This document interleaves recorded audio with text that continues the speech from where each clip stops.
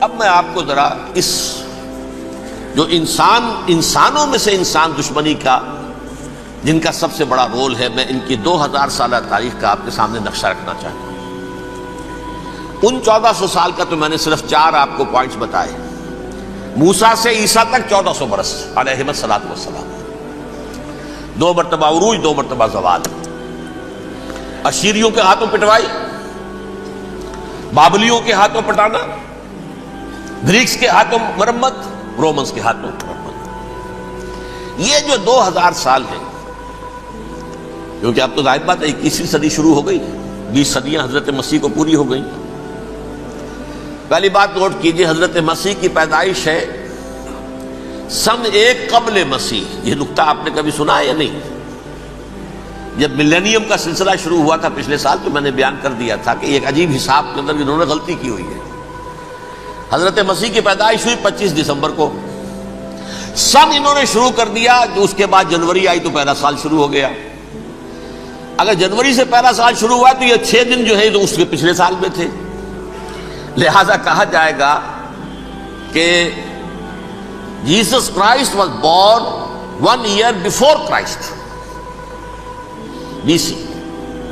تو 1 قبل مسیح میں حضرت مسیح کی پیدائش ہوئی۔ یہ آخری اسرائیلی نبی اور رسول۔ یہودی علماء کی مخالفت، دشمنی، سولی پر چڑھوا دینا میں بیان کر چکا ہوں۔ سن 33 عیسوی میں، جبکہ حضرت مسیح کی عمر 33 برس تھی، اللہ تعالیٰ نے انہیں زندہ آسمان پر اٹھا لیا، لیکن یہودیوں نے اپنے خیال کے مطابق انہیں سولی پر چڑھوا دیا، ان کی موت واقع ہو گئی۔ اگرچہ اس کے بعد یہ اختلاف ہے ان میں، یہودی کہتے ہیں وہ سولی پر چڑھ گیا، ختم ہوا، مر گیا، عیسائی کہتے ہیں نہیں، انتقال ہوا ہے مسیح کا صلیب پر، لیکن پھر وہ دوبارہ زندہ ہو گئے ہیں۔ ان کی لاش ایک غار میں رکھ دی گئی تھی، وہاں ریزریکشن ہو گیا، ان کا باعث بعد الموت وہی ہو گیا، اور پھر انہیں اللہ نے زندہ آسمان پر اٹھا لیا۔ تو ہمارے اور عیسائیوں کے درمیان نوٹ کر لیجئے، یہ چیز مشترک ہے کہ حضرت مسیح آسمان پر زندہ اٹھائے گئے۔ فرق کیا ہے؟ وہ سمجھتے ہیں کہ سولی دیے گئے، سولی پر مرے، پھر زندہ ہوئے، پھر گئے۔ ہم سمجھتے ہیں کہ نہیں، وما صلبوہ وما قتلوہ، انہوں نے نہ صلیب دے سکے انہیں اور نہ انہیں قتل کر سکے، بل رفعہ اللہ الیہ، اللہ نے اٹھا لیا۔ پھر ہمارا اور یہ اس کا عیسائیوں کا ایک اور اتفاق ہے، سیکنڈ کمنگ آف جیسس، حضرت مسیح دوبارہ آئیں گے۔ یہ عیسائیوں کا بھی عقیدہ ہے اور ہمارا بھی۔ بہرحال تو جیسا کہ میں نے عرض کیا کہ اس وقت یہ عذاب استیصال، عذاب اکبر کے مستحق ہو چکے تھے، لیکن اللہ نے ان کی مدت دراز کی ہے، لیکن ان پر دنیاوی عذاب کا ایک کوڑا جو ہے اللہ تعالیٰ کی طرف سے اسی وقت برسا۔ دنیاوی عذاب دنیا میں رہتے ہوئے ختم نہیں کیا۔ 37 برس بعد، حضرت مسیح کے رفع سماوی کے 37 برس بعد، سن 70 میں یہودیوں نے بغاوت کی رومیوں کے خلاف۔ رومی ٹائٹس جنرل تھا ایک، اس نے پھر جو حملہ کیا ہے، 1,33,000 یہودی ایک دن میں قتل کیا یروشلم میں، اور ہیکل سلیمانی گرا دیا۔ وہ ہیکل پہلے بھی گرا تھا، پہلے 1400 سال کے دوران میں بھی نبوکڈنضر نے گرایا تھا، لیکن پھر اس کے 150 سال بعد انہوں نے دوبارہ بنا لیا تھا، اس لیے وہ اسے سیکنڈ ٹیمپل کہتے ہیں۔ پہلا ٹیمپل جو حضرت سلیمان نے بنایا تھا، نبوکڈنضر نے گرا دیا 587 قبل مسیح میں، پھر دوبارہ انہوں نے 150 سال کے بعد بنا لیا۔ وہ اس تاریخ کا حصہ ہے، میں نے جس کے بارے میں آپ کو تفصیل نہیں بتائی۔ اس میں یہ ہوا سن 70 میں وہ گرا دیا گیا، وہ آج تک گرا پڑا ہوا ہے۔ نمبر 2، یہ کہہ دیا گیا کہ یہودیوں اس ارض فلسطین سے نکل جاؤ، تم یہاں نہیں رہ سکتے اب۔ لہذا جس کا جہاں سینگ سمایا چلا گیا، یورپ میں چلے گئے، ایشیا میں آ گئے، عرب میں آ گئے، یہ 3 قبیلے جو رات بھی میں نے عرض کیا تھا، بنو قینقاع، بنو نذیر اور بنو قریظہ، یہ وہاں سے آ کے مدینے میں آباد ہو گئے۔ جس کا جہاں سینگ سمایا، افریقہ میں، ہندوستان میں، جہاں چلے گئے، ڈایاسپورا اسے کہتے ہیں، وہ آپ نوٹ کر لیجیے اس لفظ ڈایاسپورا، ہمارا دور انتشار، جبکہ ہمیں ہماری اصل سرزمین تو فلسطین ہے، حضرت ابراہیم کا مسکن، حضرت اسحاق حضرت یعقوب کا مسکن فلسطین، یہ ہے ہماری اصل جاگیر، یہ تو ہماری جدی پشتی جاگیر ہے، لیکن یہاں سے نکال دیے گئے سن 70 عیسوی میں، اور وہاں سے لے کے 1917 تک ان کا ڈایاسپورا جاری رہا۔ یہ دور انتشار ہے۔ اس دور انتشار کے اب چند حصے ہیں جس کو میں چاہتا ہوں کہ آپ علیحدہ علیحدہ سمجھ لیں۔ دور انتشار کا جو پہلا جو ہے تقریباً 300 برس، رومی حکمران تھے، وہ یہودیوں کے بھی دشمن تھے اور عیسائیوں کے بھی دشمن تھے۔ عیسائی اور یہودی ایک دوسرے کے بھی دشمن تھے، لیکن رومی سمجھتے تھے کہ یہ ایک ہی تھیلی کے چٹے بٹے ہیں۔ رومیوں کے نزدیک عیسائی بھی یہودیوں ہی کا ایک فرقہ تھے، کوئی علیحدہ مذہب تو تھا ہی نہیں۔ لہذا رومی جو ہیں رومنز، وہ ان دونوں کو ستاتے تھے، مارتے تھے، اور یہ آپس میں لڑتے تھے۔ یہودی عیسائیوں کو مارتے تھے، عیسائی یہودیوں کو مارتے تھے۔ یہ ہے 300 برس تک کی تاریخ۔ سن 300 عیسوی میں کیا ہوا؟ ایک معجزہ ہو گیا۔ بہت عظیم ایمپرر کانسٹینٹائن، قسطنطین اعظم، رومن ایمپررز میں سے بہت بڑا ایمپرر، وہ عیسائی ہو گئے۔ اب تو معاملہ بالکل تلپٹ ہو گیا، پوری سلطنت عیسائی ہو گئی۔ اب عیسائیوں کے عیش ہو گئے اور یہودیوں پہ مار پڑنی شروع ہوئی۔ اب عیسائیوں کا آپ خود سوچئے کہ جنہیں وہ خدا بنا بیٹھے ہیں، خدا کا بیٹا قرار دے رہے ہیں، ان کے قاتل کون؟ یہودی بدماش۔ لہذا ان کی وہ پٹائی شروع ہوئی ہے یورپ میں، پوری رومن امپائر میں، انہیں ذلیل کیا گیا۔ شہروں میں آمد بند، علیحدہ رہو، گھیٹوز کے اندر رہو۔ یہودی کا نام جو ہے وہ گالی بن گیا، جیسے آج بھی یہودی گالی کہتے ہیں، جیسے خنزیر کا لفظ، آخر وہ بھی اللہ کی مخلوق ہے، لیکن آپ کو معلوم ہے کوئی شخص زبان پہ نام نہیں لانا چاہتا خنزیر کا، سور کا، ہے تو مخلوق وہ بھی ایک حیوان ہے۔ ایسے ہی یہ ہے یہودی گالی، گیوٹ گالی۔ لہذا ایک طرف تو ان دونوں کے درمیان دشمنی، جس کو قرآن کہتا ہے وَأَغْرَيْنَا بَيْنَهُمُ الْعَدَاوَةَ وَالْبَغْضَاءَ، ہم نے ان کے مابین دشمنی جو ہے پیدا کر دی ہے۔ اور جب یہ پوری سلطنت عیسائی ہو گئی تو قافیہ تنگ ہو گیا یہودیوں کا۔ اب آئیے 571 عیسوی، یعنی جبکہ ڈایاسپورا کو کتنا عرصہ ہو چکا تھا؟ 500 برس۔ سن 70 سے شروع ہوا ڈایاسپورا، جب ٹائٹس نے گرایا ہے ہیکل کو اور نکال باہر کیا انہیں فلسطین سے، بھاگ جاؤ یہاں ایک یہودی بھی نہیں رہے گا، فلسطین سے نکال دیے گئے۔ اس کے پورے 500 برس بعد سن 571 عیسوی میں حضور کی پیدائش ہوئی، ولادت باسعادت محمد رسول اللہ صلی اللہ علیہ وسلم۔ 610 میں آپ پر وحی کا آغاز ہوا، لیکن حضور کے ساتھ ان کا معاملہ کیا رہا؟ اول تو جبکہ حضور ابھی مکے ہی میں تھے، یہودیوں نے ریشہ دوانیاں شروع کر دی حضور کے خلاف۔ قریش مکہ کو سکھاتے تھے، پڑھاتے تھے، ان سے یہ پوچھو، ان سے یہ پوچھو، یہ اس طرح تنگ کرو، ان سے یہ امتحان لو، یہ آپ کے علم میں ہے۔ سورہ بنی اسرائیل میں، سورہ کہف میں وہ سوالات جو امتحانی سوالات آئے تھے، ذوالقرنین کون تھا، اصحاب کہف کون تھے، تم رسول بنے پھرتے ہو تو بتاؤ، اور یہ روح کی حقیقت کیا بتاؤ۔ یہ ساری ریشہ دوانیاں کر رہے تھے بیٹھے ہوئے، ابھی وہیں پر حضور ابھی پہنچے بھی نہیں۔ ہجرت فرما کر حضور تشریف لے آئے تو حضور نے، جسے ماسٹر سٹروک کہا جائے گا، یعنی اسٹیٹس مین شپ کا ماسٹر سٹروک، آپ نے مدینے میں آتے یہودیوں کے ساتھ پیکٹ کر دیا، جوائنٹ ڈیفنس پیکٹ آف مدینہ، کہ اگر مکے والے ہم پر حملہ کریں گے تو ہم مل جل کر ایک قوم کی حیثیت سے مقابلہ کریں گے۔ یہ میثاق مدینہ کہلاتا ہے، جس کے بہت غلط معنی پہنائے جا رہے ہیں آج کل۔ بہرحال میں موضوع میرا چونکہ یہ نہیں، میں ادھر نہیں جاؤں گا، لیکن ہوا کیا؟ ہر مرتبہ یہ خیانت کے مرتکب ہوئے، ان نے جو عہد کیے تھے ان سے پھرے، اندر ہی اندر سازش، ریشہ دوانی، حضور کی بدترین دشمنی۔ سورہ نساء کی آیت نمبر 12 میں 14 میں 13 میں فرمایا ہے لا تزال تطلع علی خائنۃ منہم، اے نبی ہمیشہ آپ کے علم میں ان کی طرف سے خیانتیں، بدیانتیاں آتی رہیں گی. اور بار بار وہ مسلسل جنگ کی آگ بھڑکاتے تھے.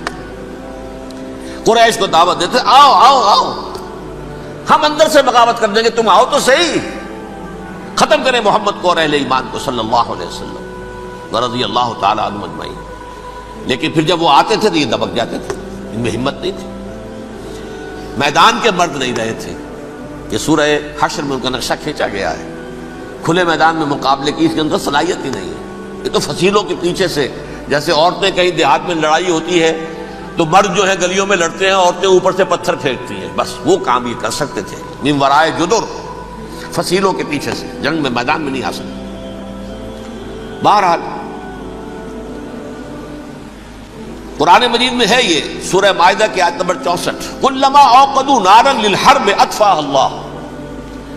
اکثر و بیشتر مواقع پر تو یہ جب آگ بھڑکاتے تھے جنگ کی، اللہ اسے بجھا دیتا تھا. لیکن بہرحال اس کے باوجود جنگیں ہوئی، غزوہ بدر، غزوہ احد ہوئی کہ نہیں، یہ ساری اس اصل شرارت میں. اور اس کے نتیجے میں حضور نے پھر ایک ایک کر کے 3 قبیلوں کو سزا دی. غزوہ بدر کے فوراً بعد بنو قینقاع نکالے گئے مدینے سے، غزوہ احد کے فوراً بعد بنو نذیر نکالے گئے، اور غزوہ احزاب کے بعد بنو قریظہ نکال دیے گئے. یہ تو میں نے آپ کے سامنے رکھ دیا صرف حضور کے زمانے میں ان کا کیا رویہ رہا. دشمن، رات بھی ہم نے وہ آیت پڑھی تھی، لَتَجِدَنَّ أَشَدَّ النَّاسِ عَدَاوَةً لِلَّذِينَ آمَنُوا الْيَهُودُ وَالَّذِينَ أَشْرَكُوا. اہل ایمان کی دشمنی میں شدید ترین تم پاؤ گے یہودیوں کو اور مشرکین. مشرکین بھی بعد میں ہے، پہلے یہودی. حضور کے بعد کیا ہوا اب یہ نوٹ کیجئے، یہ ان کی تاریخ کا دوسرا دور ہے.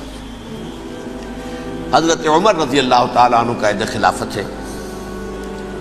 بیت المقدس کا محاصرہ کیا گیا، فصیل بڑی اونچی، شہر اندر سے سیلف سفیشینٹ، حملے کا راستہ کوئی نہیں. محاصرہ طول کھینچ رہا ہے لیکن ان کے پاس رسد بھی موجود ہے، پانی بھی موجود ہے، وہ دروازے بند کر کے بیٹھے ہوئے. بالآخر اللہ تعالیٰ کی مشیت کا ظہور کیسے ہوا؟ ان کے کچھ علماء آئے فصیل پر، کہا دیکھو مسلمانوں، تم قیامت تک بھی یہاں پڑے رہو گے محاصرہ کر کے، ہمارا یہ شہر فتح نہیں ہوگا. ہاں ایک درویش بادشاہ کے ہاتھوں یہ شہر فتح ہونا ہے، لیکن تمہارے اندر ہمیں وہ نظر نہیں آ رہا. ابو عبیدہ بن الجراح رضی اللہ تعالی عنہ، امین هذه الامہ، ان کا فوراً ذہن گیا وہ درویش بادشاہ مدینے میں بیٹھا ہوا ہے عمر رضی اللہ تعالی. اب ایک اور عمر بھی ہے جو قندھار میں بیٹھا ہے. نقشہ وہی ہے، سادگی کی حد تک نقشہ وہی ہے، بالکل وہی، اپنی آنکھوں سے دیکھا وہی سادگی. عمر اول عمر ثانی تھے عمر بن عبد العزیز. اب ایک اللہ کے فضل سے اللہ تعالیٰ ایدہ اللہ بنصرتہ، اللہ تعالیٰ ان کی نصرت فرمائے، دشمنوں کو ان کے مقابلے میں نیست و نابود کرے. انہوں نے ریکویسٹ بھیج دی کہ حضور تشریف لائیے، یہ شہر فتح ہو جائے گا. وہ ہے سفر تاریخی، اتنا طویل سفر، تقریباً 700 میل، ایک اونٹ، ایک خادم، ایک منزل میں امیر المومنین اوپر بیٹھے، خادم آگے چل رہا ہے، اگلی منزل پہ خادم اوپر بیٹھا ہے، امیر المومنین آگے جا رہے ہیں. اور جب پہنچے ہیں تو وہ باری تھی خادم کی. انہوں نے ہاتھ جوڑ دیا، حضور خدا کے لیے تم کیا کہیں گے لوگ، وہ میرا برا حال کر دیں گے، تمہیں شرم نہیں آئی؟ امیر المومنین پیدل آگے چل رہے ہیں نکیل پکڑ کر، اور تم بیٹھے ہو اوپر براجمان ہو. حضرت عمر فرمایا دور دورک، نہیں باری تمہاری ہے، بیٹھ. اس حال میں پہنچے ہیں. اور پھر یہ کہ ابو عبیدہ بن الجراح آئے ہیں، استقبال کیا ہے تو دیکھا ہے اس حال میں چلے آ رہے ہیں. عمر نکیل پکڑے ہوئے چلے آ رہے ہیں، اور کہتے ہیں کہ کہیں کیچڑ ویچڑ تھا، جوتے خراب ہو گئے تھے، وہ بھی اتار کے ہاتھ میں پکڑے ہوئے، کپڑے تو تھے ہی پھٹے ہوئے. انہوں نے کہا کہ حضرت ابو عبیدہ نے، دیکھیے یہ بڑا متمدن ملک ہے، بڑا مہذب علاقہ ہے یہ، آپ ذرا حلیہ اپنا درست فرما لیں تب جا کے پیش ہم آپ کو کریں گے. آپ نے فرمایا نحن قوم اعزنا اللہ بالاسلام، ہم وہ قوم ہیں جنہیں اللہ نے عزت دی ہے اسلام کے ذریعے سے، کپڑوں کے ذریعے سے نہیں، دولت کے ذریعے سے نہیں۔ اسی حال میں گئے ہیں، اوپر سے انہوں نے کھڑے ہو کر نشانیاں دیکھی ہیں، اپنی کتابیں کھولی، ہاں یہ وہی ہیں، اچھا لو جی سرنڈر، شہر تمہارے ہاتھ میں۔ خون کا ایک قطرہ نہیں بہا اور بیت المقدس فتح ہو گیا۔ لیکن اس وقت حضرت عمر نے ایک نرمی یہ کی کہ یہودیوں کے لیے بھی اسے اوپن سٹی قرار دے دیا۔ یہ احسان عظیم حضرت عمر کا، اس سے پہلے یہودی آ ہی نہیں سکتا تھا، داخل ہی نہیں ہو سکتا تھا، وہاں وہ آ کر وزٹ نہیں کر سکتا تھا، زیارت نہیں کر سکتا تھا اپنے مقدس مقامات کی۔ حضرت عمر نے یوں سمجھیے کہ تقریباً 550 برس کے بعد ان کے لیے راستہ کھولا ہے کہ ہاں تم آ سکتے ہو، زیارت کر سکتے ہو۔ لیکن یہ عیسائیوں نے لکھوایا معاہدے کے اندر، انہیں یہاں آپ آباد ہونے کی اجازت نہیں دیں گے، لیکن کم وزٹ دی پلیسز، دیکھیں زیارتیں کریں اور جائیں۔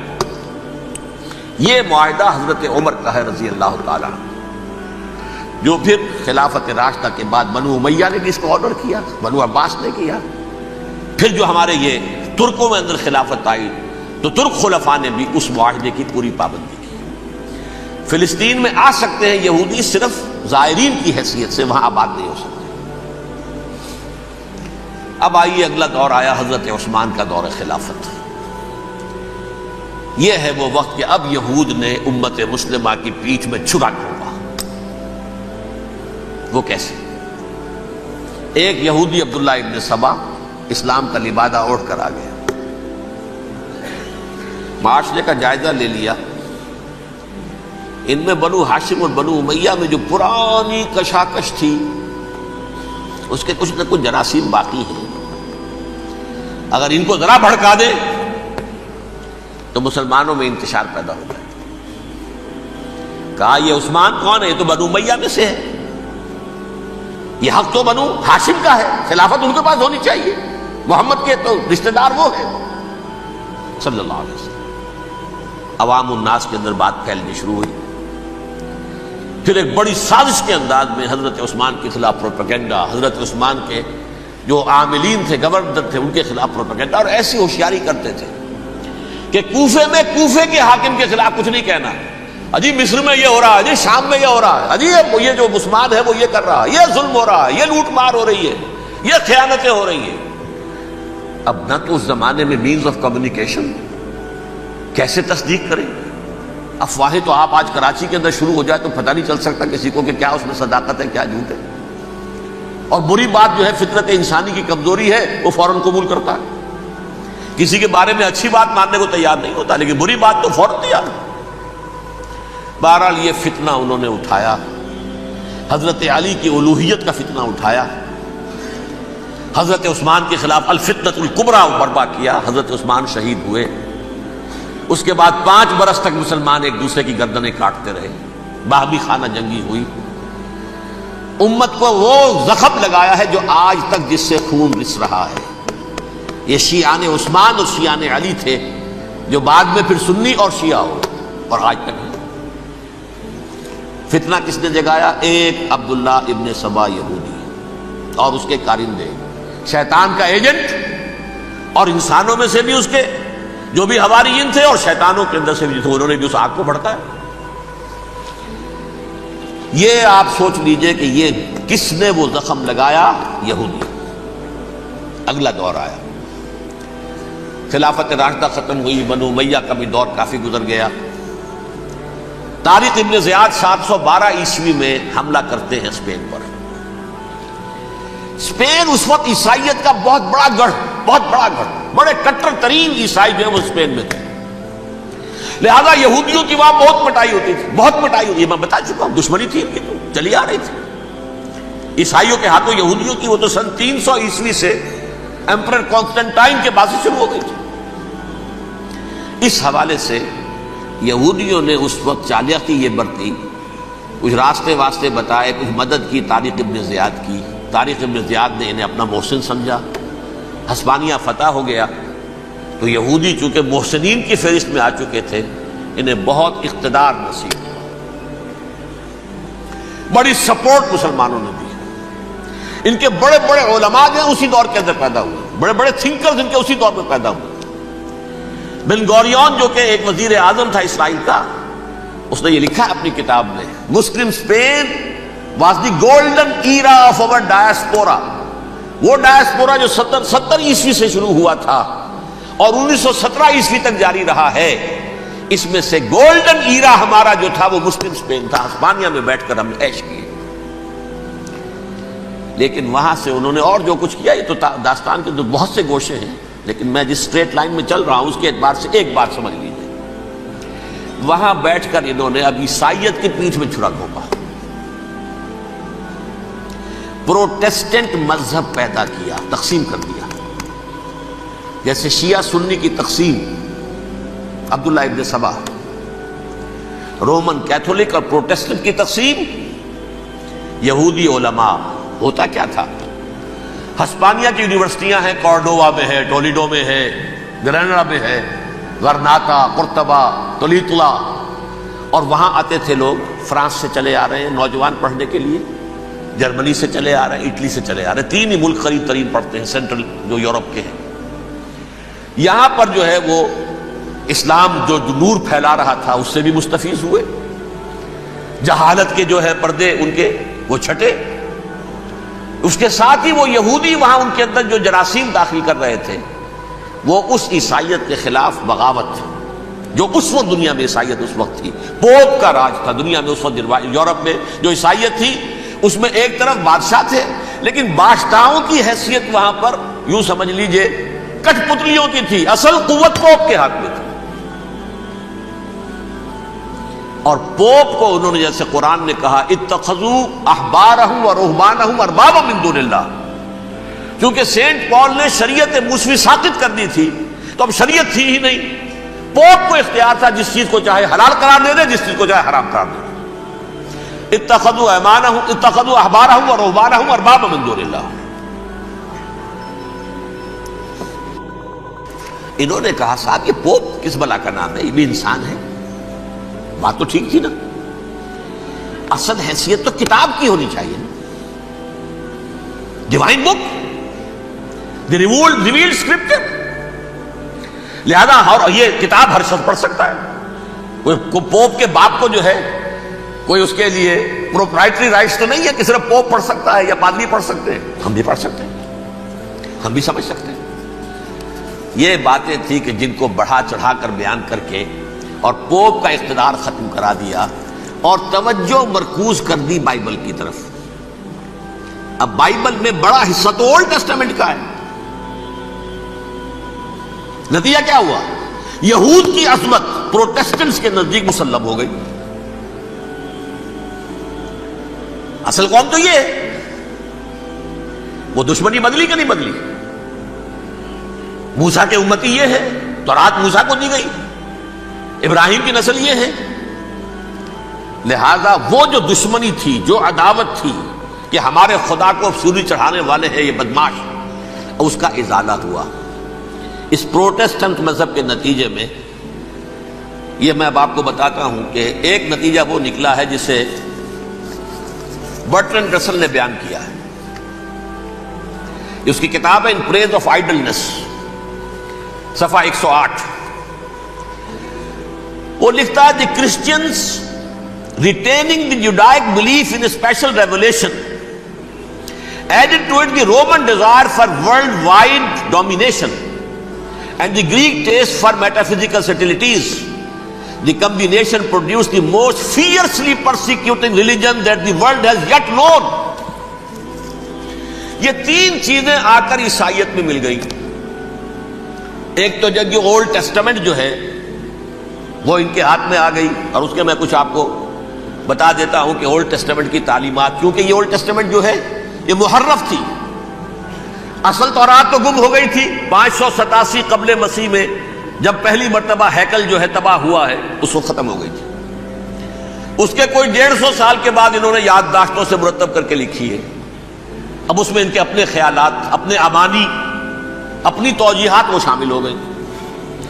لہذا میں آپ کو حوالے دیتا ہوں، اس کتاب کے اندر مظالم کی جو تعلیم دی گئی ہے، اہل کتاب نے اپنے مظالم قتل عام کے جواز کے لیے تورات میں تبدیلیاں کی اور پیغمبروں پر دہشت ناکی اور بدترین حرام کاری کے الزامات لگائے. سنیے، پہلا حوالہ ہے یہ گنتی باب 31 آیات 17-18.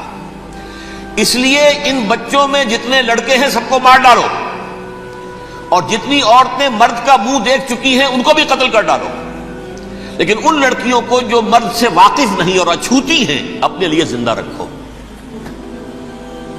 یہ کسی اللہ کی کتاب کا یہ جملہ ہو سکتا ہے؟ کسی ریویل بک کا؟ اور سنیے، یہ ہے استثناء ڈیٹرانومی باب 20 آیت 16-18.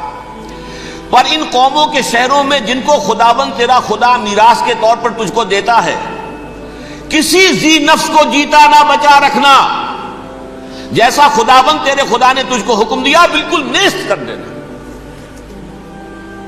مرد، عورتیں، بچے، بوڑھے سب ختم. یہ کتاب مقدس ہے. اور سنیے، سیموئیل باب 27 آیت نمبر 9. اور داؤد نے اس سرزمین کو تباہ کر ڈالا اور عورت مرد کسی کو جیتا نہ چھوڑا. نمبر 4، ان سب آباد شہروں کو ماں، عورتوں اور بچوں کے بالکل نابود کر ڈالا. کتاب استثناء باب 3 آیت 6.